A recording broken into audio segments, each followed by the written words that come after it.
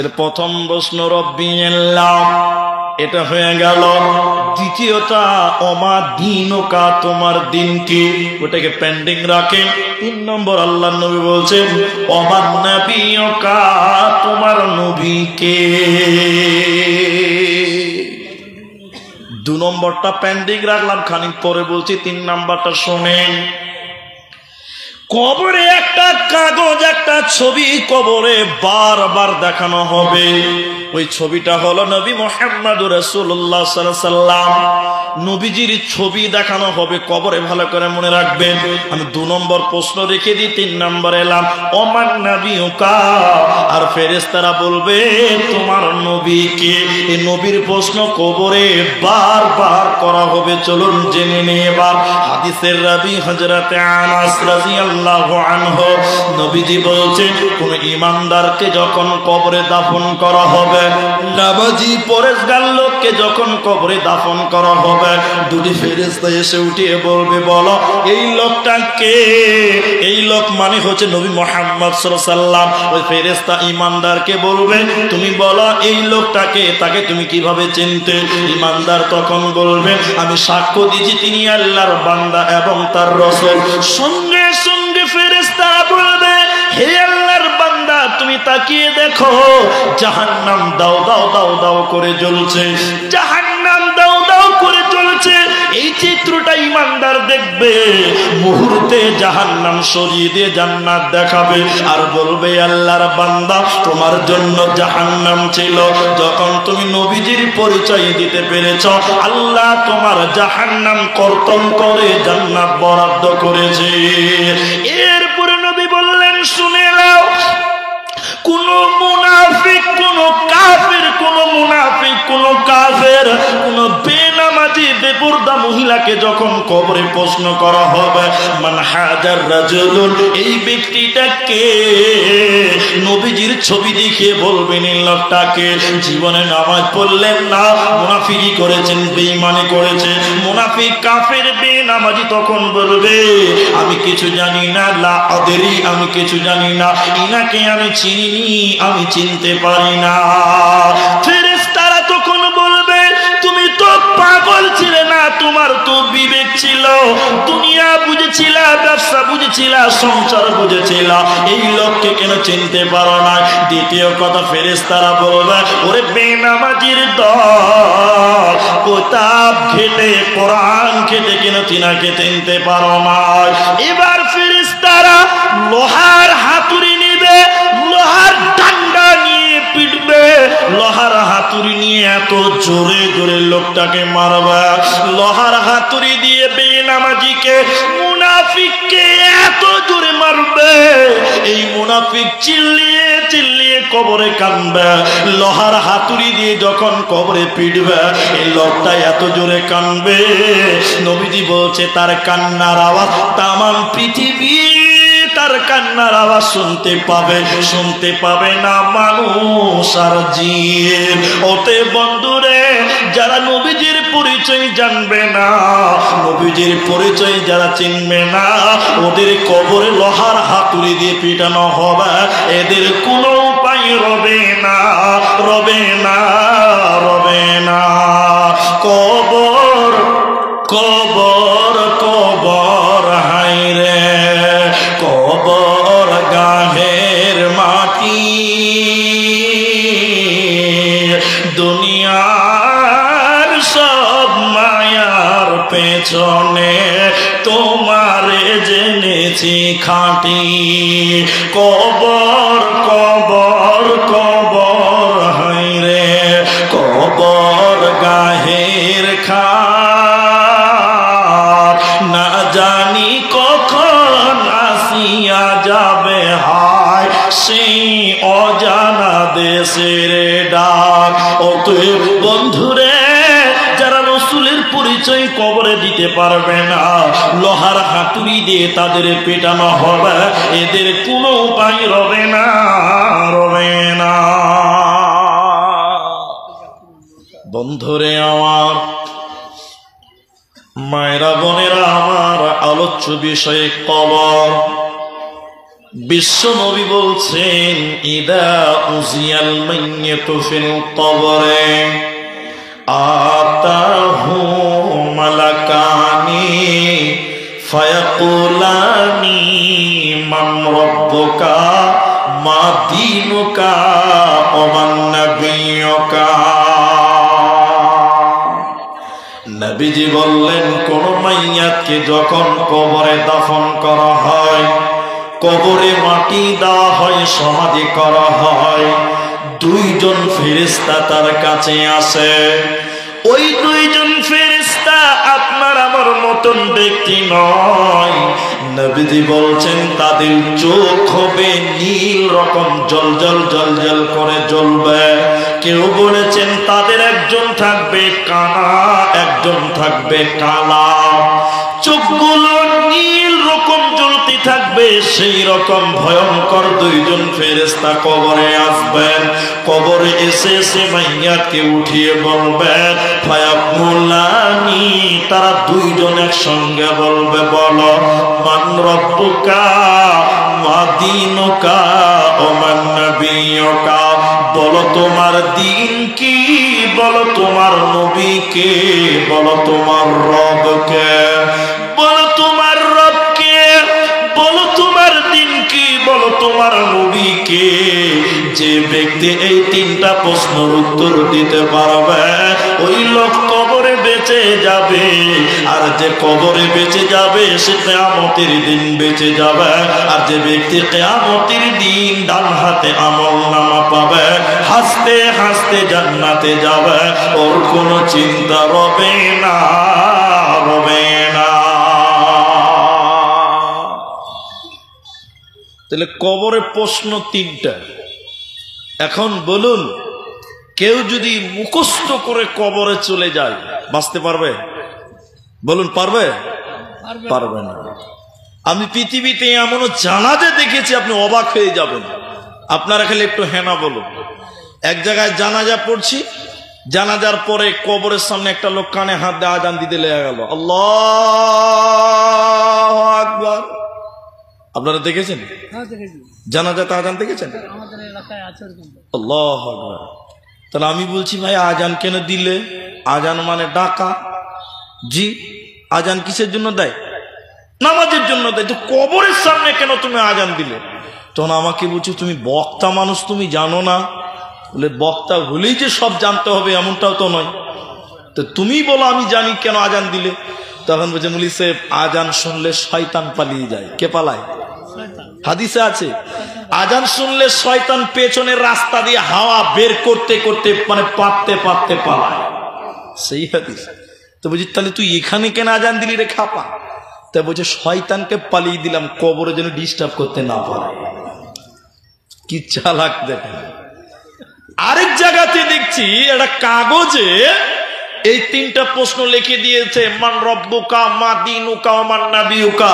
এই তিনটে উত্তর যে দিতে পারবে সব জায়গায় বেঁচে যাবে।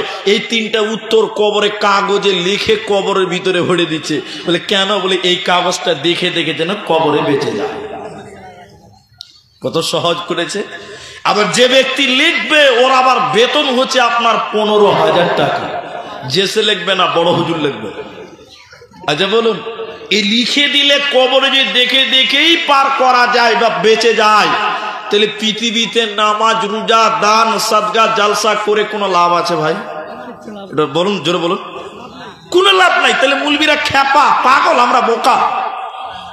সারা জীবন সুদ খাও আর ঘুষ খাও, আর বড় হুজুরের কাছে 15 কেনাবে 50,000 টাকা দিয়ে লিখেলে, আর কবরে দেখে দেখে বলে যে তো বেঁচে যাবে। কত সহজ করেছে।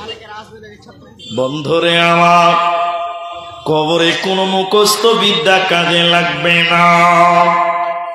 ভয়ঙ্কর দুইজন ফেরেশতা কবরে এসে উঠিয়ে বলবেন তুমি বলো মান রব্বুকা, তোমার রব কে, মা দীনুকা, তোমার দিন কে, ওয়া মান নাবিয়ুকা, তোমার নবী কে, তুমি বলো। এক চান্সে তোমাকে উত্তর দিয়ে বেরিয়ে যেতে হবে। সেটা মুখস্থর মাধ্যম দিয়ে নয়, সেটা হবে আমাল আর ইমানের মাধ্যম দিয়ে হবে।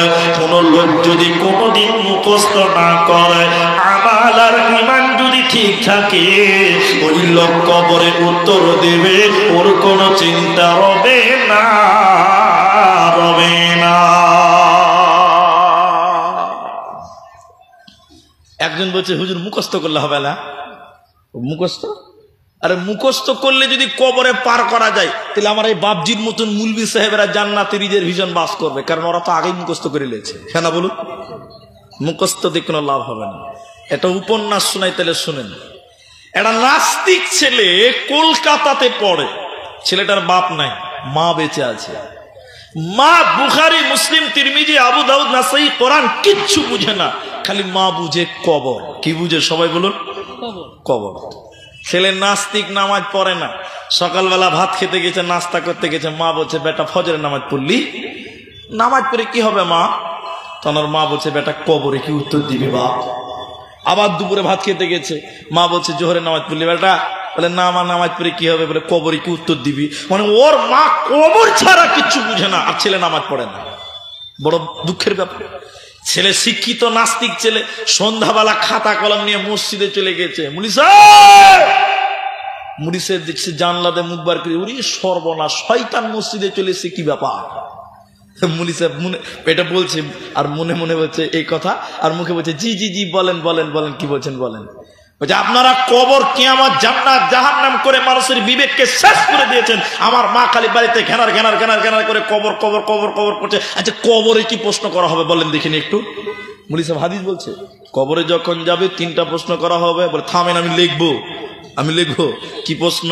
রব্বি আল্লাহ, দ্বীনুল ইসলাম, আর ওমান নবীকা, তোমার নবীকে। তাহলে প্রথম প্রশ্ন তোমার রবকে, দ্বিতীয় তোমার দিন কি, তৃতীয় তোমার নবীকে।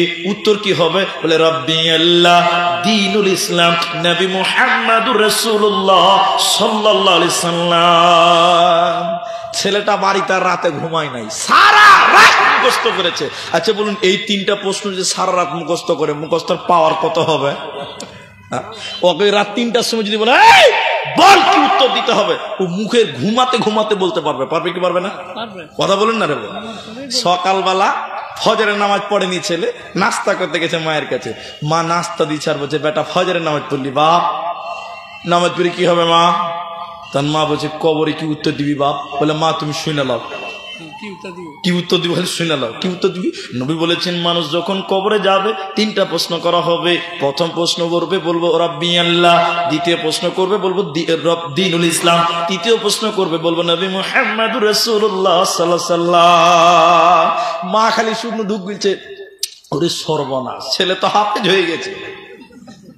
ছেলে এবার উল্টা কোমর সোজা করে বলছে মা তোর মুখস্থ আছে? মা বলছে মাথা কোথা ঢুকুরা? মা দেখছে ছেলে হাফেজ হয়ে গেছে, একই কি করে বুঝাবে? ছোট্ট করে মা একটা গল্প শোনাচ্ছে আপনাকে, আমি 1 মিনিটও লাগবে না বলছি। মা বলছে 3টা বন্ধুদের একটা গল্প শুনতো, নানার মুখে শোনা। 3টা বন্ধু ছিল, 3 বন্ধুর মধ্যে একজনের কাছে ময়না ছিল। 2 জন বলছে ময়না কথা বলে, 1 জন বলছে কথা বলে না। এটা আপনারা জুড়ে বলেন, ময়না পাখি কথা বলে কি বলে না? বলে না? বলে। জি না, কথা নয়, ওটাকে বলা হয় বলি বা সাবজেক্ট। ময়না কি বলবে? আসসালামু আলাইকুম, কেমন আছেন? আপনি যদি তাকে বলেন ওয়ালাইকুম সালাম, ভালো আছি, তুই কেমন আছিস, তোর বাপ কেমন আছে, বলতে পারবে? পারবে না। তাহলে কথা বলে না। 2 জন বলছে কথা বলে, 1 জন বলছে বলে না। যে বলছে বলে না, ও একটা বিড়ালকে ব্যাগে ভরে নিয়ে চলে গেছে। 1 জন যাই বলছে, ময়না বলছে আসসালামু আলাইকুম, কেমন আছেন? ঠিকই তো কথা বলছে, কথা বলছে।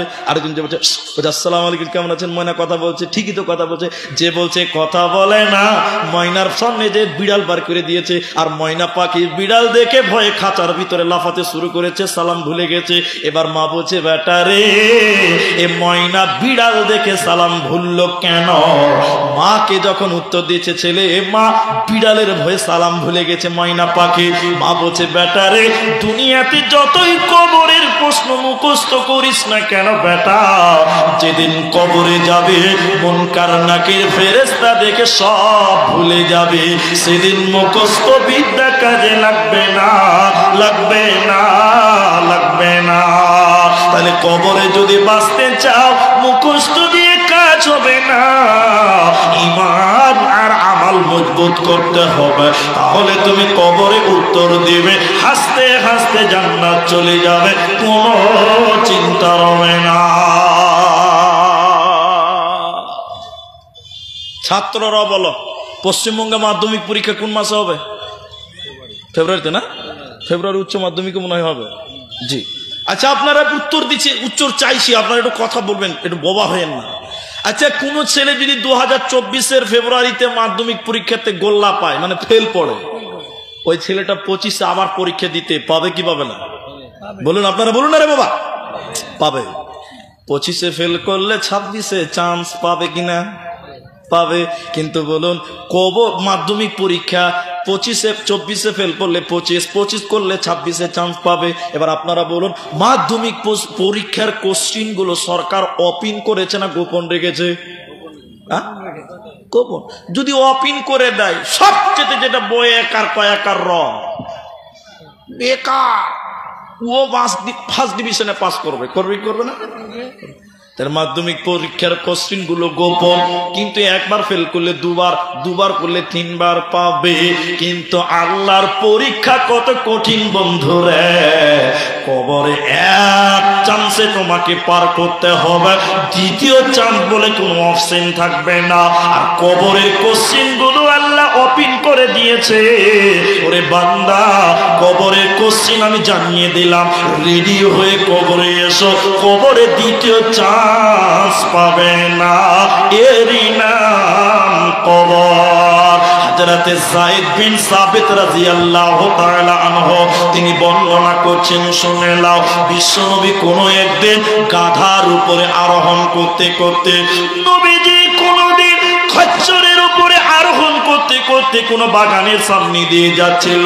হঠাৎ করে গাধাটা নবীজিকে লাফিয়ে লাফিয়ে ফেলে দেওয়ার মতন অবস্থা, নবীজিকে মনে হচ্ছে পেট থেকে ফেলে দিবে। আল্লাহর নবী গাধার পেট থেকে নেমে দেখলেন ওই জায়গাতে 4টা কবর দেখতে পেলেন। নবীজি সেখানকার লোকদের বললেন, সঙ্গী সাথীরা তোমরা বলো এই কবরগুলো কাদের? তাদেরকে তোমরা চেনো, যারা মাইয়াত কবরে রয়েছে তুমি তাদের চেনো কি তোমরা? একজন বলছে, হুজুর আমি চিনি। তারা কারা? এরা সকলেই মুশরিক ছিল, মুশরিক অবস্থায় মারা গেছিল। নবী গো, ঈমান হারাতে তারা মরে নাই, মুশরিক অবস্থায় তারা কবরে চলে গেছে। আল্লাহর নবী বললেন, সঙ্গী সাথীরা, কবর পরীক্ষার ঘর, কবরে কঠিন পরীক্ষা না হয়। আমি নবী কবরের শাস্তি জানি, আল্লাহ আমাকে জানিয়েছে। হে আমার সঙ্গীরা, আমি আল্লাহকে বলে দিতাম, আল্লাহ তুমি তোমার বান্দাদেরকে কবরের আযাব শুনিয়ে দাও। আমি আল্লাহকে বলে দিতাম, আল্লাহ তাবারাক ওয়া তাআলা পৃথিবীর মানুষকে কবরের আযাব আপনি শুনিয়ে দেন। কিন্তু আমি আল্লাহকে বলছি না কেন? শুনে নাও, মানুষ যদি কবরের আযাব শুনতে পায়, মানুষ যদি কবরের আযাব শুনতে পায়, কেউ তার মাকে কবরে দাফন করত না। মানুষ যদি কবরের আযাব শুনতে পায়, পৃথিবীর কোন মানুষ তার সন্তানকে কবরে দাফন করত না। কবরের আযাব শুনতে পেলে মানুষেরা ভয়ে কবর দেওয়া ছেড়ে দিত। না হলে আমি আল্লাহকে বলতাম, আয় আল্লাহ আমার উম্মতকে আপনি কবরের আযাব শুনিয়ে দেন। আল্লাহ শুনিয়ে দিত, কিন্তু তোমরা ভয় পেয়ে যাবে সেজন্য বললাম না। এরপরে নবীজি বললেন, উম্মত আল্লাহর কাছে দোয়া করো, আল্লাহ তোমাদের যেন জাহান্নামের আযাব থেকে মুক্তি করে, আল্লাহ তোমাদের যেন কবরের আযাব থেকে মুক্তি করে। সাহাবীরা দোয়া করলেন, ওগো আল্লাহ আপনি আমাদের কবর এবং জাহান্নামের আযাব থেকে মুক্তি করে দেন। নবীজি বললেন, কবর কঠিন পরীক্ষার ঘর, এক চান্স সেখানে পাস করতে হবে, কবরে দ্বিতীয় চান্স পাওয়া যাবে না, যাবে না, যাবে না। কি করলি তুই ভাবে এসে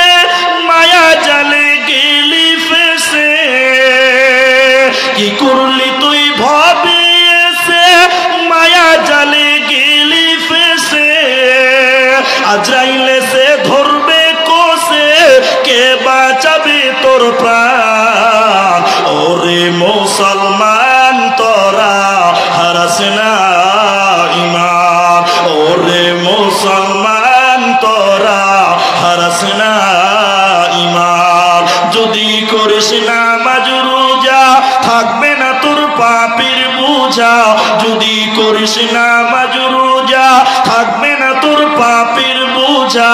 মরণকালে পাবি রে তুই জান্নাতি আদার। ওরে মুসলমান তোরা হারাস না ঈমান, ওরে মুসলমান তোরা হারাস না ঈমান। ওতে বন্ধু রে কবরে কঠিন পরীক্ষা নেওয়া হবে, সেদিন পালাবার উপায় রবে না। রেডি করে নাও, এক চান্সে পার হতে হবে। সকলেই বলেন তাহলে কবরে প্রশ্ন কটা? আরে বাবা একটু জোরে বলেন কটা? 3টা। আচ্ছা কার কার মুখস্থ আছে হাত তোলেন। 3টে প্রশ্ন কার মুখস্থ আছে? এতগুলো লোক কার মুখস্থ নাই বলছে না, বাস হয়ে গেছে। মনে হয়েছে আজকের সিচুয়েশন দেখে মনে হয়েছে যে নরেন্দ্র মোদী ঘোষণা করেছে হাত তুললে ট্যাক্স লাগবে না, এরকম খবর হয়েছে নাকি রে বাবা? জি তাহলে 3টে। এবার উত্তর কে দিবে? যে তারপরে কবরে আযাব গুলো একটু একটু করে তুলে ধরার চেষ্টা করো, ধৈর্য ধরতে হবে, একটু একটু করে আগাবো।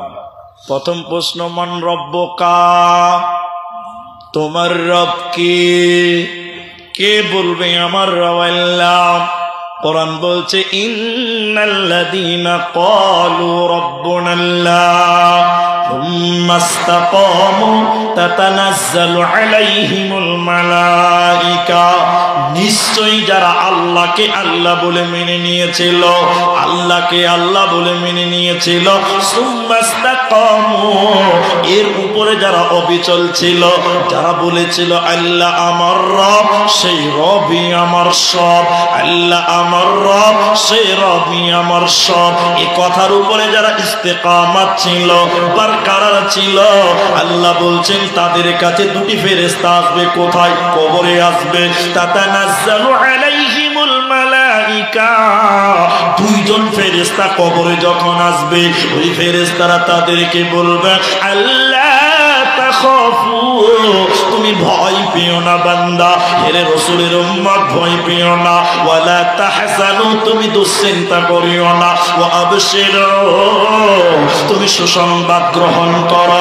হে আল্লাহর বান্দা সুসংবাদ গ্রহণ করো, ভয় পেও না, দুশ্চিন্তা করিও না। কিসের সুসংবাদ নিবে? জান্নাতিল্লাতী কুনতুম তুআদুন, যে জান্নাতের ব্যাপারে তোমাদেরকে ওয়াদা দেওয়া হয়েছিল। অতএব যারা আল্লাহকে আল্লাহ বলে মেনে নিয়েছিল রে, ওরা কবরে বলবে আমার রব আল্লাহ। এবারে 1 মিনিটে বুঝিয়ে দিচ্ছি, এটা 1 মিনিট লাগবে। আল্লাহর নাম রাজ্জাক, সকলে বলুন আল্লাহর নাম রাজ্জাক। রুজির মালিক কে? আল্লাহ।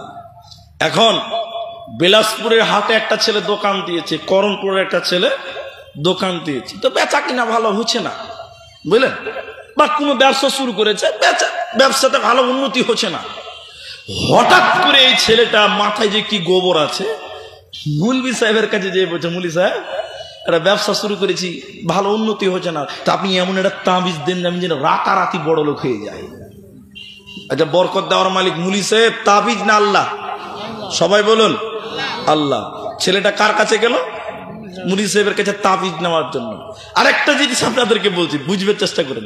আচ্ছা মৌলভী সাহেবের তাবিজ যদি আপনি বরকত হয়ে বড় লোক হতে পারেন, আচ্ছা মৌলভী সাহেবের তাবিজে যদি আপনি বড় লোক হন, বেতনে বরকত বাড়ে, তাহলে মৌলভী সাহেব 20 বছর থেকে ইমামতি করছে, ওর বেতনে কেন বরকত হয় না? ও তো 8,000 টাকাই বেতন পায়। কথা বুঝতে পারেননি মনে হয়? ওর তাবিজে যদি আপনি বড় লোক হন, তাহলে মৌলভী সাহেবের বেতন 8,000 রুপি উঠছে না, আজকে 30 বছর থেকে ইমামতি করে, ওর বেলায় কেন বরকত হচ্ছে না? এটা বুঝতে পারছে না মানুষ। তাহলে আল্লাহ রাজ্জাক, অথচ রুজির ব্যাপারে আল্লাহকে না বলে আপনি তাবিজের কাছে গেলেন, রব টিকলো না বাতিল হলো? সবাই বলুন, সবাই বলুন, বাতিল হলো না? বাতিল হয়ে গেল। এইরকম যারা ইমানদার, মানে রবের কাছে চাইতে পারলেন না, আল্লাহকে রাজ্জাক মানলেন না, ওরা কোনোদিন বলবে না আমার রব আল্লাহ। রবের যতগুলো অর্থ দাঁড়াবে তার একটা হলো আইনদাতা। এবার আল্লাহ যখন বলবে বান্দা তুই বল আমি আইনদাতা, তোর বাড়িতে একটাও আমার আইন ছিল, সেদিন কি বলবেন? বাড়িতে মেয়েরা নামাজ পড়ে না, বাড়িতে মেয়েরা পর্দা করে না, একটাও আইন রবের আপনার বাড়িতে ছিল না। কি করে বলবেন আমার রব আল্লাহ? অতএব আল্লাহকে বন্ধু হিসেবে কবুল করতে হবে। যেদিন আল্লাহ আমাদেরকে বানিয়েছিলেন জান্নাতের ভিতরে আলামে আরওয়াহ নামক ময়দানে, কোটি কোটি বিলিয়ন বিলিয়ন কিয়ামত পর্যন্ত যত মানুষ আসবে সবার সামনে আল্লাহ বলেছিল আলাস্তু বিরাব্বিকুম, আমি কি তোমাদের রব নয়? আবার দীর্ঘ সময় পর কবরে আল্লাহ আবার বলবে বান্দা তুমি বলো তোমার রব কে? সেদিনও বলতে হবে আমার রব আল্লাহ। তাহলে প্রথম প্রশ্ন রব্বি আল্লাহ, এটা হয়ে গেল। দ্বিতীয়টা ওমা দীনুকা, তোমার দিন কি? ওটাকে পেন্ডিং রাখেন। 3 নম্বর আল্লাহ নবী বলছেন ওমা নবিয়ুকা, তোমার নবী কে? 2 নম্বরটা পেন্ডিং রাখলাম, খানিক পরে বলছি। 3 নম্বরটা শোনেন। কবরে একটা কাগজ, একটা ছবি কবরে বারবার দেখানো হবে। ওই ছবিটা হলো নবী মুহাম্মদুর রাসূলুল্লাহ সাল্লাল্লাহু আলাইহি সাল্লাম। নবীজির ছবি দেখানো হবে কবরে, ভালো করে মনে রাখবেন। আমি 2 নম্বর প্রশ্ন রেখে দিই, 3 নম্বর এলাম ওমান নবিয়ুকা। আর ফেরেশতারা বলবে তোমার নবী কে? এই নবীর প্রশ্ন কবরে বারবার করা হবে। চলুন জেনে নিই এবার। হাদিসের রাবী হযরতে আনাস রাদিয়াল্লাহু আনহু, নবীজি বলছেন কোন ঈমানদারকে যখন কবরে দাফন করা হবে, নামাজি পরেশগার লোককে যখন কবরে দাফন করা হবে, 2টি ফেরেশতা এসে উঠিয়ে বলবে বলো এই লোকটা কে? এই লোক মানে হচ্ছে নবী মুহাম্মদ সাল্লাল্লাহু আলাইহি সাল্লাম। ওই ফেরেশতা ঈমানদারকে বলবে তুমি বলো এই লোকটাকে, তাকে তুমি কিভাবে চিনতে? ঈমানদার তখন বলবে আমি সাক্ষ্য দিচ্ছি তিনি আল্লাহর বান্দা এবং তার রাসূল। সঙ্গে সঙ্গে ফেরেশতা বলবে হে আল্লাহর বান্দা তুমি তাকিয়ে দেখো, জাহান্নাম দাও দাও দাও দাও করে জ্বলছে, জাহান্নাম দাও দাও করে জ্বলছে। এই চিত্রটা ঈমানদার দেখবে, মুহূর্তে জাহান্নাম সরিয়ে দিয়ে জান্নাত দেখাবে আর বলবে আল্লাহর বান্দা তোমার জন্য জাহান্নাম ছিল, যখন তুমি নবীজির পরিচয় দিতে পেরেছ আল্লাহ তোমার জাহান্নাম কর্তন করে জান্নাত বরাদ্দ করেছে। এরপরে নবী বললেন শুনে নাও, কোন মুনাফিক, কোন কাফের, কোন মুনাফিক, কোন কাফের, কোন বেনামাজি বেপরদা মহিলাকে যখন কবরে প্রশ্ন করা হবে মান হাজার রাজুলুন, এই ব্যক্তিটা কে? নবীজির ছবি দেখিয়ে বলবেন এই লোকটাকে জীবনে নামাজ পড়লেন না, মুনাফিকি করেছেন, বেঈমানি করেছে। মুনাফিক কাফের বেনামাজি তখন বলবে আমি কিছু জানি না, লা আদরি, আমি কিছু জানি না, ইনাকে আমি চিনি, আমি চিনতে পারি না। ফেরেশতারা তখন বলবে তুমি তো পাগল ছিলে না, তোমার তো বিবেক ছিল, দুনিয়া বুঝেছিলা, ব্যবসা বুঝেছিলা, সংসার বুঝেছিলা, এই লোককে কেন চিনতে পারো না? দ্বিতীয় কথা ফেরেশতারা বলবে ওরে বেনামাজির দল, কিতাব ঘেটে কোরআন ঘেটে কেন তিনাকে চিনতে পারো না? এবার ফেরেশতারা লোহার হাতুড়ি নিবে, লোহার ডান্ডা নিয়ে পিটবে, লোহার হাতুড়ি নিয়ে এত জোরে জোরে লোকটাকে মারবে, লোহার হাতুড়ি দিয়ে বেনামাজিকে মুনাফিককে এত জোরে মারবে এই মুনাফিক চিল্লিয়ে চিল্লিয়ে কবরে কাঁদবে। লোহার হাতুড়ি দিয়ে যখন কবরে পিটবে এই লোকটা এত জোরে কাঁদবে, নবীজি বলছে তার কান্নার আওয়াজ তামাম পৃথিবী তার কান্নার আওয়াজ শুনতে পাবে না মানুষ আর জিন। ওতে বন্ধুরে যারা নবীজির পরিচয় জানবে না, নবীজির পরিচয় যারা চিনবে না, ওদের কবরে লোহার হাতুড়ি দিয়ে পিটানো হবে, এদের কোনো উপায় উপায় রবে না, রবে না, রবে না। কবর কবর কবর হায়রে কবর গাহের মাটি, দুনিয়ার সব মায়ার পেছনে তোমারে জেনেছি খাঁটি। কবর কবর কবর হায়রে কবর গাহের খাট, না জানি কখন আসিয়া যাবে হায় সেই অজানা দেশের ডাক। অতএব বন্ধুরে, যারা রসুলের পরিচয় কবরে দিতে পারবে না, লোহার হাতুড়ি দিয়ে তাদের পেটানো হবে, এদের কোনো উপায় রবে না, রবে না। তোমার নবী কে? বারবার একটা ছবি আপনার সামনে পেশ করা হবে, এই লোকটা কে তুমি বলো, এই লোকটাকে নবীজিকে দেখানো হবে, বলো তোমার নবীর পরিচয় তোমাকে নিতে হবে। আর 3 নম্বর প্রশ্নই হচ্ছে অমান নবিউকা, তোমার নবীকে তুমি বলো। আরেকটা হাদিস আপনাকে শোনায়, আবু হুরায়রা রাবী তিনি বর্ণনা করছেন, নবীজি বলছেন ইমানদার ইমানদার কবরে ফেরেশতারা জিজ্ঞাসা করবেন এই লোকটাকে, মান হাজার রাজুলুন, এই ব্যক্তিটাকে। নবীজির কথা জিজ্ঞাসা করা হবে, তখন ইমানদার বলবেন তিনি আল্লাহর নবী মুহাম্মদুর রাসূলুল্লাহ সাল্লাল্লাহু আলাইহি সাল্লাম। তখন তার কবরটাকে প্রশস্ত করে দেওয়া হবে, 70 হাত তার কবর চওড়া করা হবে। কিন্তু লোকটা যদি বেনামাজি, মুনাফিক, কাফের হয়, মুরতাদ, বেঈমান হয়, এই লোককে বলবে এই লোকটা কে তুই বল। জীবনে নবীজিকে মানে না, নবীজির কে কোনোদিন চিনল না, এই লোকটা বলবে আমি জানি না, লোক যা মনে করতো আমি তাই মনে করতাম, ইনাকে আমি চিনি না। বন্ধুরে আমার, তখন আল্লাহ তাবারাক ওয়া তাআলা বলবে হে কবর, হে মাটি, কবরের ডান দিকে মাটি, বাঁ দিকে মাটি, উপরে মাটি, নিচেও মাটি। এবার আল্লাহ কবরকে বলবে মাটি রে, বদলা নিয়ে নাও, প্রতিশোধ নিয়ে নাও। দুদিকের মাটি এই মাইয়াতকে এমন করে চাপবে, দুদিকের মাটি এসে তাকে পিষিয়ে দিবে। নবীজি বলছে ওর ডান দিকের হাড্ডি গুলো বাঁ দিকে এইরকম করে ঢুকে যাবে, বাঁ দিকের হাড্ডি গুলো ডান দিকে ঢুকে যাবে। কবরের দুই দিকের মাটি বেঈমানকে পিষিয়ে দিবে যদি রসুলের পরিচয় না দিতে পারে। অতএব মুসলমান, তুমি তোমার নবীজির পরিচয় সংগ্রহ করে নাও, না হলে কবরে বাঁচা যাবে না, পার পাবে না। কে বলবে আমার নবী মুহাম্মদ সাল্লাল্লাহু আলাইহি ওয়াসাল্লাম? এবার উত্তরটা কে দিবে একটু দেখেন, এদিকে দেখেন। যে লোকটা কোনোদিন রসুলকে মানল না, রসুলের আদর্শের বিরোধিতা করে গেল সারা জীবন, এই লোক বলতে পারবে আমার নবী মুহাম্মদ সাল্লাল্লাহু আলাইহি ওয়াসাল্লাম? পারবে? পারবে না। তাহলে কে পারবে? যে সব সময় রসুলের আদর্শ মোতাবেক চলেছিল, নবীজিকে ভালোবেসেছিল, রসুলের চরিত্র গঠন করেছিল, রসুল যেভাবে বলেছেন সেভাবে মেনেছিল। এই লোক বলবে আমার নবী মুহাম্মদ সাল্লাল্লাহু আলাইহি সাল্লাম। এটা উদাহরণ দিচ্ছি, শোনেন। এদিকে করণপুরের একটা ছেলে কেরালাতে কাজ করে, রাজমিস্ত্রির লেবার। কি কাজ করে? লেবার। গরিবের ছেলে, রাতের বেলায় ক্যাথা পেরে শুয়ে আছে, আর এই লেবার শুয়ে শুয়ে শুয়ে শুয়ে স্বপ্ন দেখছে। কি স্বপ্ন জানেন? ওরে সুবহানাল্লাহ, লেবার স্বপ্ন দেখছি যে আমি কোটি কোটি বিলিয়ন বিলিয়ন ডলারের মালিক হয়ে গেছি, আর শুয়ে আছে ছিঁড়া কাঁথাতে।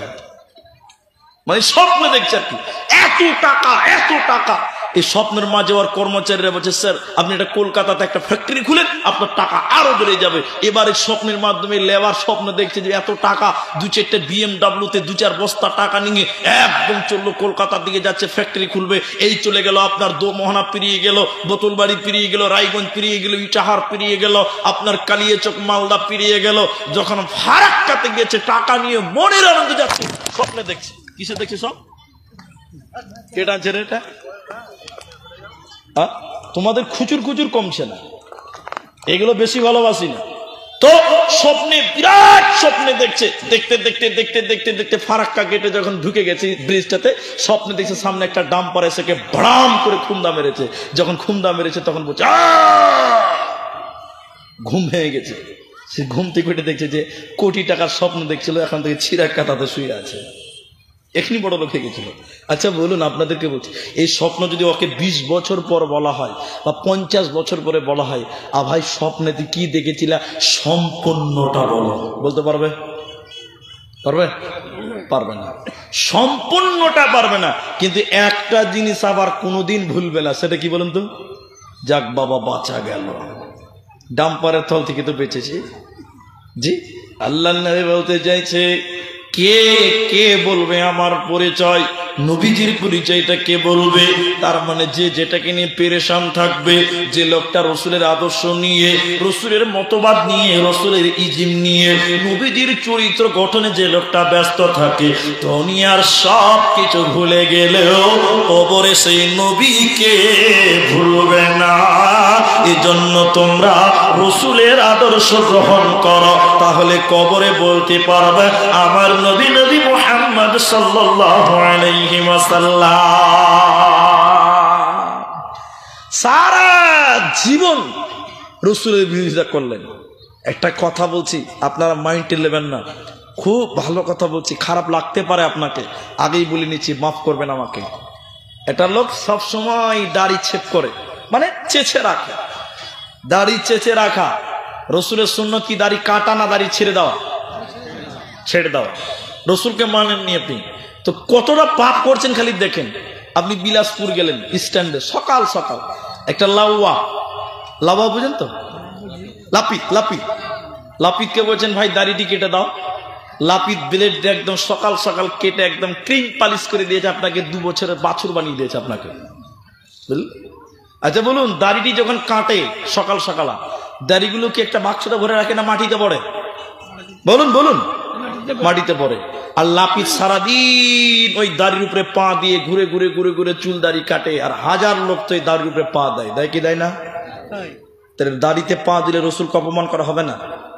হবে না? হবে। সন্ধ্যাবেলা দেখবেন এই দাড়ি পড়েছিল, পা দিয়ে খুঁচে খুঁচে খুঁচে নষ্ট করে দিয়েছে, রসুল সুন্নাতকে অপমান করেছে। ঝাড়ু দিয়ে দোকানের এক কোণে ওই দাড়িগুলো রাখে, রাখে কি রাখে না? 7 দিন পরে এতগুলো জমা হয়, ওই অতগুলো দাড়িকে নিয়ে বিলাসপুর স্ট্যান্ডের এমন জায়গায় ফেলবে যে জায়গাতে এলাকার ছেলেরা চেন খুলে পেশাব করে। হ্যাঁ না বলুন? চুলটা দাড়িটা কোথায় ফেলে? যেখানে পেশাব করে ওখানে তো ফেলে, ওইখানে দাড়িটা ফেলে দিল। বলুন রসুলের কলিজাতে আঘাত দিল কি দিল না? বিলাসপুরে যে আপনি চেন খুলে দাঁড়িয়ে দাঁড়িয়ে রসুলের দাড়ির উপরে পেশাব করে দিলেন, বলুন নাউজুবিল্লাহ। যে লোক এই কাজ করবে সে লোক কোনোদিন বলতে পারবে আমার নবী মুহাম্মদ সাল্লাল্লাহু আলাইহি ওয়াসাল্লাম? জোরে বলুন, পারবে? কোনোদিন পারবে না। যে রসুলকে এত ভাবে অপমান করেছ, তুমি দাড়ি রাখুনি সেটা আলাদা ব্যাপার, কিন্তু রসুলকে তুমি তিলে তিলে রসুলের সুন্নতকে অপমান করেছ, একবারও বিবেক দিয়ে তুমি অনুধাবন করো না। বন্ধুরে আমার, তাহলে রসুলের আদর্শ মতবাদকে তুমি গ্রহণ করো, ওই ব্যক্তি কবরে বলবেন আমার নবী মুহাম্মদুর রাসূলুল্লাহ সাল্লাল্লাহু আলাইহি ওয়াসাল্লাম। 2 নম্বরটা রেখে দিয়েছিলাম। 2 নম্বর প্রশ্ন, তোমার দিন কি? তোমার দিন কি বলো? দিন কাকে বলা হয় 1 মিনিটে বলছি, শুনে নাও। দিন কাকে বলা হয়? আমি আমার বাপজিকে বলছি, বাপজি আমাকে 1 গ্লাস শরবত দেন, খুব খিদে লেগেছে, গরম লেগেছে, 1 গ্লাস শরবত দেন। তখন বাপজি বলছে শরবত কাকে বলে জানি না। তখন আমি বললাম 1 গ্লাস পানি নেন আর ওতে 2 চামচ চিনি দিয়ে ঘুটে দেন, তার নাম হয়ে গেল শরবত। তাহলে পানি আর চিনি মিলে শরবত। দিন কাকে বলা হয়? এক কথাতে বুঝে নেবেন, আল্লাহর হুকুমকে রসুলের তরিকায় মানার নাম হচ্ছে দীনুল ইসলাম। আল্লাহর হুকুমকে রসুলের তরিকায় মেনে নেওয়ার নাম হলো দীনুল ইসলাম। যারা আল্লাহর হুকুম রসুলের তরিকায় মানে না, এটাকে ইসলাম বলে গণ্য হবে না, ইসলামের রীতি বলে মনে হবে না। এজন্য আল্লাহ কোরআনে বলেছে আতিউল্লাহ ওয়া আতিউর রাসূল, তোমরা আল্লাহর ইতাআত করো, রসুলের অনুসরণ করো। ওয়ালা তুবতিলু আমালাকুম, আর তোমরা তোমাদের আমলগুলো বিনষ্ট করিও না। তার মানে হচ্ছে আল্লাহর হুকুম যদি রাসূলের মতন করে না করা হয় আমল হবে না, ইসলামের ইবাদত বলে গণ্য হবে না। তাই ইসলাম কাকে বলে? আল্লাহর হুকুমকে রাসূলের তরিকায় যে মেনে নেবে ওই ব্যক্তি কবরে বলবে আমার দিন হলো ইসলাম। আর আল্লাহর কাছে মনোনীত নির্বাচিত দিনের নাম হলো দ্বীনুল ইসলাম। মায়েরা শুনলেন, বোনেরা শোনেন, আম্মুজান আয়েশা রাদিয়াল্লাহু তাআলা আনহার কাছে একটা মেয়ে এলো। ওই মেয়েটা মুসলমান নয়, ইহুদিদের মহিলা আম্মাজান আয়েশার কাছে এসেছে। অনেকক্ষণ কবরের কথা আলোচনা করলেন আম্মাজান আয়েশার কাছে। কবরের কথা আলোচনা করতে করতে করতে করতে আম্মাজান আয়েশাকে বলছেন, ইহুদিদের মেয়েটা আয়েশা রে, আল্লাহ যেন আপনাকে কবরের আযাব থেকে মুক্তি করে দেয়। আম্মাজান আয়েশা বলছেন এটা ইসলামের শুরুর কথা। আম্মাজান আয়েশা বলছেন আমার জানা ছিল না কবরেও শাস্তি হয়, এটা আমার জানাই ছিল না। ইহুদি মেয়েটা কবরের কথা বলেছিলেন, আয়েশা তোমাকে যেন আল্লাহ কবরের আযাব না দেয়। মেয়েটা চলে গেল। আম্মাজান আয়েশা বলছেন আমি জানি না যে কবরে শাস্তি হয়। নবীজি বাড়িতে এলো, নবীজিকে বললাম ইয়া রাসূলুল্লাহ, দয়ার নবী গো, কবরে কি আযাব হয় একটু বলুন। নবীজি বলছেন আয়েশা রে, আযাবুল কবরে হক, কবরের আযাব বড় কঠিন আযাব। কবরের আযাব সত্য আয়েশা, কবরে মানুষকে কঠিন আযাব দেওয়া হয়। আম্মাজান আয়েশা বলছে এরপরে নবীজি এমন কোন দিন নাই যে নবীজি নামাজ পড়েছেন আর কবরের আযাব থেকে মুক্তি চাই না। এর মানে নবী নামাজ পড়েছেন আর কবরের আযাব থেকে মুক্তি চেয়েছে। তাহলে নবীজির ব্যাপারে বুখারীতে হাদিস এসেছে, ক্বালা ক্বাদ গুফিরা লাহু মা তাকাদ্দামা মিন যামবি ওয়া মা তাআখারা। নবীজির আগের পাপ, পরের পাপ, ছোট পাপ, বড় পাপ সব আল্লাহ ক্ষমা করে দিয়েছে। যে নবীর কোনো গুনাহ ছিল না। আম্মাজান আয়েশা বলেন এমন কোন দিন ছিল না নবীজি নামাজ পড়েছেন অথচ কবরের আযাব থেকে মুক্তি চাই না। তাহলে নবী প্রতি নামাজে কবরের আযাব থেকে মুক্তি চেয়েছে।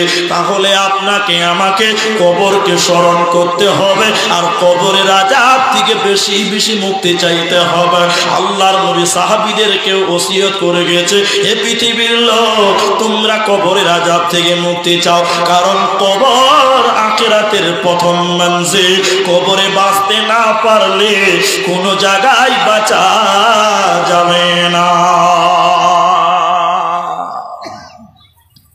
রাসূলের জামাই, নবীজির নির্বাচিত নেতা খলিফা হযরত উসমান কবর দেখছেন, এতটাই কাঁদতেন কবর দেখে।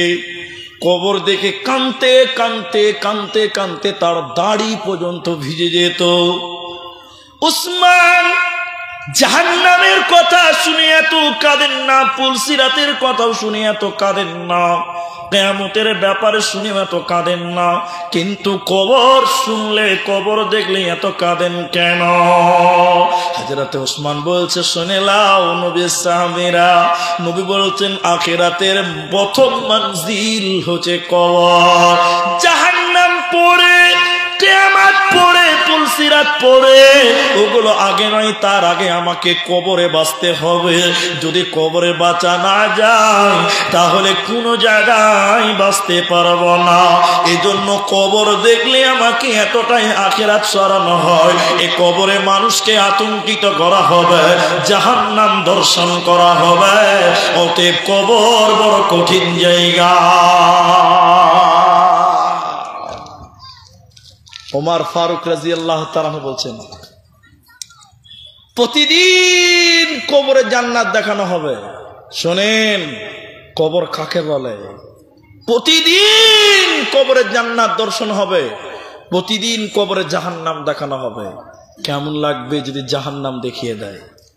যারা আল্লাহকে মানে নাই, রসুলকে মানে নাই, আল্লাহর বিধান মানে নাই, এই লোককে প্রতিদিন কবরে জাহান্নাম দর্শন করে আতঙ্কিত করা হবে আর বলবে অপেক্ষা করো, অপেক্ষা করো। এই কবর, এই যে কবর থেকে জাহান্নাম দেখছো, ওই জায়গাটা তোমার জন্য বরাদ্দ রয়েছে, রেডি হয়ে যাও জাহান্নামে জ্বলার জন্য। যে ব্যক্তিটা কবরে পার পেয়ে যাবে, প্রতিদিন জান্নাত দেখাবেন আর বলবেন ধৈর্য ধরো আল্লাহর বান্দা, শুয়ে যাও, শুয়ে যাও। বাসুর ঘরের মতো, বাসুর ঘরে যেভাবে ঘুমাতে মানুষ আগ্রহী হয়, বাসুর ঘরে যেরকম খুশিতে পুরুষেরা যায়, নারীরা যায়, ওই রকম খুশি হয়ে তুমি ঘুমিয়ে যাও। ওর কবরটাকে 70 হাত প্রশস্ত করা হবে আর জান্নাত দেখাবেন আর বলবেন এই জান্নাতটা তোমার জন্য। কিয়ামতের দিন আল্লাহ তোমাকে ওই জায়গা দিবে, কবরে জান্নাতীদের জন্য জান্নাত দর্শন হবে আর জাহান্নামীদের জাহান্নাম দেখে আতঙ্কিত করা হবে। ওদের কোনো উপায় রবে না। কি বলে দোয়া করবেন কবরের ব্যাপারে, কি বলে দোয়া করবেন, এটুকু আপনারা শুনেন, মনোযোগ দিয়ে শুনেন। আল্লাহ রাসূল নামাজি কি বলতেন কবরের ব্যাপারে, এইটুকু আপনারা মনে রাখবেন। মোবাইল থাকলে রেকর্ডিং করেন। আল্লাহ নবী প্রতি নামাজের শেষ রাকাতে, প্রতি নামাজের শেষ রাকাতে, প্রতি নামাজের শেষ রাকাতে, শেষ বৈঠকে শেষ দোয়া বলতেন। কি বলতেন? আল্লাহুম্মা ইন্নী আউযু বিকা মিন আযাবি জাহান্নাম ওয়া আউযু বিকা মিন আযাবিল কবর ওয়া আউযু বিকা মিন আযাবিল কবর। আল্লাহ নবী বলতেন, আল্লাহ তুমি আমাকে জাহান্নামের আযাব থেকে রক্ষা করো। এরপর বলতেন, আল্লাহ তুমি আমাকে কবরের আযাব থেকে রক্ষা করো। দুয়া মাসুরা সম্পূর্ণ দ্বিতীয়টা পড়তেন, আল্লাহুম্মা ইন্নী আউযু বিকা মিন আযাবিল কবরি ওয়া আউযু বিকা মিন ফিতনাতিল মাসিহিদ দাজ্জাল ওয়া আউযু বিকা মিন ফিতনাতিল মাহিয়া ওয়া ফিতনাতিল মামাত। আল্লাহুম্মা ইন্নী আউযু বিকা মিনাল মাসামি ওয়া মিনাল মাগরাম। প্রতিদিন প্রতি নামাজের প্রতি রাকাতের শেষ রাকাতে, প্রতি নামাজের শেষ রাকাতের শেষ বৈঠকে আল্লাহর নবী দোয়া করতেন, আল্লাহ তুমি আমাকে জাহান্নামের আযাব থেকে মুক্তি করে দিও আর আল্লাহ তুমি আমাকে কবরের আযাব থেকে মুক্তি করে দিও। কারণ কবরে যদি বাঁচা না যায়, কোন জায়গাতে বাঁচা যাবে না। শাস্তিটা শুরু ওখান থেকে, বরং কোরআনের আয়াত দেখলে বোঝা যায় তার আগে থেকেও শাস্তি হবে। সূরা আনআমে আল্লাহ বলছে, যখন অত্যাচারীরা মৃত্যু শয্যায় সজ্জিত হয়, মৃত্যু শয্যায় পতিত হয়ে যায়, আজরাইল ফেরেশতা এসে এইরকম করে হাত বাড়িয়ে দিয়ে বলতে থাকে, হে বেঈমান, হে জালিম অত্যাচারী, তুমি তোমার আত্মাটাকে বের করে দাও, তুমি তোমার রূহটাকে বের করে দাও। তোমাকে আজকে অপমানজনক শাস্তি দেওয়া হবে, জঘন্যতম শাস্তি তোমাকে দেওয়া হবে। অতএব যারা অত্যাচার, মৃত্যু থেকেই ওদের শাস্তি দেওয়া হবে। সেটা দেহে নয়, ওটা হবে আত্মাতে শাস্তি হয়। কবরের আযাব হবে আত্মাতে, দেহে নয়। কারণ কবরে মাটি দিয়েছেন, এই কবরে এই দেহটা পচে যাবে, গলে যাবে। যত শাস্তির কথা কবরে রয়েছে সম্পূর্ণটাই হবে আত্মাতে, সম্পূর্ণটাই হবে আত্মাতে। এরপরে শাস্তি শুনে নাও। সাপ, সাপ, কবরে সাপ ঝুলিয়ে দেওয়া হবে। কবরে কঠিন বিষাক্ত বিষাক্ত সাপ থাকবে, মানুষকে দংশন করবে, মানুষকে সাপে কামড়াবে। অন্ধকার জায়গাতে, কবর অন্ধকার, কোথায় কামড়াবে কেউ আমরা জানি না। একবার কামড়াবে 70 বছর, যে জায়গা কামড়াবে ব্যথাতে জায়গাটা পচে যাবে। 70 বছর এক দংশনের ব্যথা থাকবে। এরপর নবীজি বলছেন, সে অন্ধকার জায়গাতে কঠিন সাপ নামিয়ে দেওয়া হবে। মানুষ অত্যাচারীদেরকে সবল করবে, অত্যাচারীদের সেখানে শাস্তি দেবে। অতএব কবরের জন্য বারবার তোমরা আল্লাহর কাছে আশ্রয় চাও, আল্লাহ আল্লাহর কাছে ক্ষমা চাও, আল্লাহ তুমি কবরে আমাদের উপরে রহম করো। এই জন্য কথাগুলো মনে রাখবেন, এই তিনটা কথা কোনোদিন ভুলবেন না। সব ভুলে গেলেও কবর দিনে তিনটা কথা বলে। কেউ বলেছেন পাঁচটা, এটা হাদিস কোরআন নয়, এটা দার্শনিকদের কথা। কেউ বলেছেন কবর দিনে পাঁচটা কথা বলে, কেউ বলেছেন কবর তিনটা কথা বলে। এক, কবর বলে, ও বান্দা আমি অন্ধকার ঘর, তুমি আলো নিয়ে এসো। কবর অন্ধকার কিনা? অন্ধকার। কবর বলে, হে বান্দা অন্ধকার ঘর, তুমি আলো নিয়ে এসো। কবর দ্বিতীয় নম্বর কথা বলে, আমি মাটির ঘর, বিছানা নিয়ে এসো, দুনিয়া থেকে বিছানা নিয়ে যেতে হবে। তিন নম্বর বলবে, আমি সাপ বিচ্ছুর ঘর, সাপ বিচ্ছু থেকে বাঁচার জন্য অস্ত্র নিয়ে এসো, অস্ত্র নিয়ে এসো, ওষুধ নিয়ে এসো, না হলে এই তিনটি বিপদ বান্দা কবরে জুটবে। তাহলে প্রথম অন্ধকার ঘর, আলো নিয়ে এসো। আলো কি? নামাজ। নামাজ, নামাজ হবে কবরের আলো। যে লোকটা নামাজ পড়লো না, কবরে অন্ধকার আলো জ্বলবে না। অতএব কবর বলতে চাইছে, আমি অন্ধকার ঘর, আলো নিয়ে এসো, মানে নামাজ করে আমলটা নিয়ে এসো। কবর বলবে, আমি সাপ বিচ্ছুর ঘর। কবর বলবে, আমি মাটির ঘর, মাটির বিছানা, বিছানা নিয়ে এসো। বিছানা হবে দান, বিছানা হবে সাদগা, বিছানা হবে দান। তোমরা বেশি বেশি দান সাদগা করো, কবরে তোমাদের বিছানা বেশি যাবে, জান্নাতের বিছানা। তিন নম্বর বলছে, আমি সাপ বিচ্ছুর ঘর, ইমানকে মজবুত করে নিয়ে এসো, রসুলের প্রেম দিলে নিয়ে এসো, রসুলের আদর্শ মোতাবেক চলে এসো। তাহলে কবরে কোনো ছাব্বিশ কামড়াবে না, কবরে কোনো শাস্তি দেবে না। কবরে শাস্তি হওয়ার মৌলিক কারণ হলো নবীকে না মানা, নবীকে না চেনা। এই জন্য কবর তিন নম্বর বলে, আমি সাপ বিচ্ছুর ঘর, বিষাক্ত সাপের ঘর, বাঁচার জন্য তোমরা ওষুধ নিয়ে এসো, অস্ত্র নিয়ে এসো। অস্ত্র হলো তোমার রসুলের প্রেম, রসুলের আদর্শ। অতএব রসুলের মতন করে দুনিয়া গড়া। তিনটা জিনিস কবর প্রতিদিন বান্দাকে ডেকে ডেকে বলে। আপনি শুনতে পান না, নিজে শোনার চেষ্টা করেন না। শোনেন, আমার এই কথাটা 1000 টাকা দাম দিয়ে আপনি কিনতে পারবেন না। আপনি মসজিদ ভুলে যেতে পারেন, আপনি মসজিদ ভুলে গেছেন, কিন্তু মসজিদের খাট আপনাকে ভুলবে না। একদিন আপনার বাড়িতে আসবে। আসবে কি আসবে না? আসবে। আপনি আল্লাহকে ভুলে গেছেন। আল্লাহ বলছেন, সেদিন জিজ্ঞাসা করেছিলাম তোর রবকে, আবার জিজ্ঞাসা করব তোর রবকে। উত্তর যদি স্যাম স্যাম না হয়, সাপ বিচ্ছু নামিয়ে দেওয়া হবে, সবল মারবে, 70 বছর সে জায়গাগুলো ব্যথায় পচে যাবে। অতএব সে জায়গা থেকে আপনাকে বাঁচতে হবে। কবরে বাঁচার জন্য আপনাকে কিছু আমল করতে হবে, যে আমলগুলো আপনাকে একটা একটা করে আপনাকে বলছি, একটু মেমোরিতে নোট করবেন যদি কবরে বাঁচতে চান। নবীজি বললেন, নবীজি বিদেশ গেলেন, বিদেশ থেকে বাড়ি এলেন, দেশে ফিরলেন। আল্লাহ নবী একজন লক্ষ্য করছেন যে মেয়েটা মসজিদ ঝাড়ু দিত, যে মেয়েটা মসজিদ ঝাড়ু দিত, দেখাশোনা করতো, মেয়েটাকে দেখা যায় না। নবীজি সঙ্গীদেরকে বললেন, তোমরা বলো ওই মেয়েটা কই, ওই মেয়েটা কই, ওই মেয়েটা কই, কোন মেয়েটা, কোন মেয়েটা, কোন মেয়েটা? বিশ্ব নবীকে বলছেন, নবী বলছেন যে মেয়েটা মসজিদ ঝাড়ু দিতে, মসজিদ দেখাশোনা করতো। নবীজিকে বলছেন, মেয়েটা মারা গেছে হুজুর, বিদেশে ছিলেন, মাটি দিয়ে দিয়েছি, জানাজা দিয়েছে। নবীজি বলছেন, তোমরা তার কবরটা দেখাও, আমি তার জন্য আল্লাহর কাছে ক্ষমা চাইব। এর দ্বিতীয় নম্বর আমল কি করবেন? মসজিদ তাহলে আপনার দেখাশোনা করবেন, মসজিদের সঙ্গে আন্তরিকতা করবেন, কবর এবং জাহান্নামের আযাব থেকে রক্ষা পাবেন।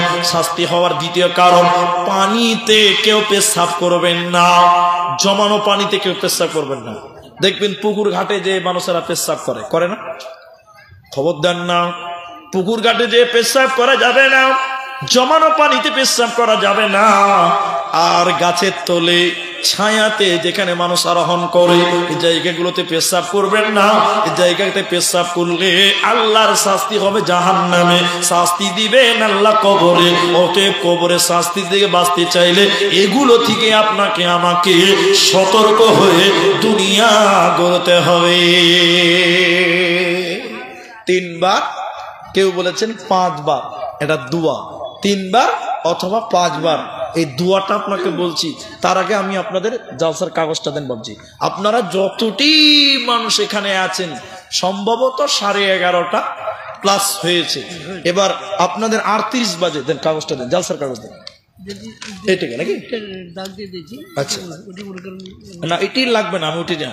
আচ্ছা এইটা একটা মাদ্রাসা জালসা, এই 3 বার আর 5 বার একটা দোয়া, ওইটা আপনি এখন বলছি আপনারা নোট করবেন। তার আগে আমি বলছি এটা একটা মাদ্রাসা, আমি মাদ্রাসাতে 2 বার এলাম, দেখলাম আপনার যতটি মানুষ আছেন, আমি দান চাইনি, আমার এই হাদিসটা আপনারা শুনবেন, আমল করবেন। যতগুলি লোক আছেন আরো আধা ঘন্টা টাইম আপনাদের কাছে আমি চেয়ে নিচ্ছি, যে এটা একটা মাদ্রাসা জালসা, আপনারা সবাই বসবেন তো ইনশাল্লাহ? ইনশাল্লাহ বলুন, ইনশাআল্লাহ বলুন, এটা নেকি হবে, গুনাহ হবে না। ইনশাআল্লাহর ব্যাপারে কোনোদিন বলবো ইনশাআল্লাহ। কি জানেন, নবী সুলাইমান আলাইহিস সালাম একদিন বলছে, এটা সেই হাদিস, যে কি বলছিলেন, যে আমি এক রাতে 100টা বিবির সঙ্গে মিলন করব, আর 100টা বাচ্চা জন্ম দিব, প্রত্যেককে আমি যোদ্ধা বানাবো, তারা ঘোড়াতে পড়ে জিহাদ করতে যাবে। সুবহানাল্লাহ বলুন। কটা বাচ্চা করব? 100টা। বিয়ে কয়জন বিবির কাছে মিলামেশা করব বলুন আপনারা? 100টা। সেম তাই করেছিল, মিলন করেছিল 100 জনের সঙ্গে, 100 বিবির সঙ্গে, কিন্তু আল্লাহ একটা মাত্র সন্তান দিয়েছিল, তাও আবার ছিল বিকলাঙ্গ, প্রতিবন্ধী। আমাদের নবী বলছেন কেন 100 বিবির সঙ্গে মিলন করার পরে একটা বাচ্চা হবে কেন? নবীজি বলছেন, আমাদের নবী বলছেন, নবী সুলাইমান নবী হলে কি হবে? ইনশাআল্লাহ বলে না। এত বড় নবী আর এত বড় কথা বলেছেন, কিন্তু ইনশাআল্লাহ বলে নাই। এই ইনশাআল্লাহ না বলার কারণে মাত্র একটা সন্তান হয়েছে। তাহলে ইনশাআল্লাহ বললে কি বরকত হবে না? হবে না? সবাই বলুন আধা ঘন্টা টাইমের আগে উঠবো না, বলুন ইনশাআল্লাহ। মাশাআল্লাহ।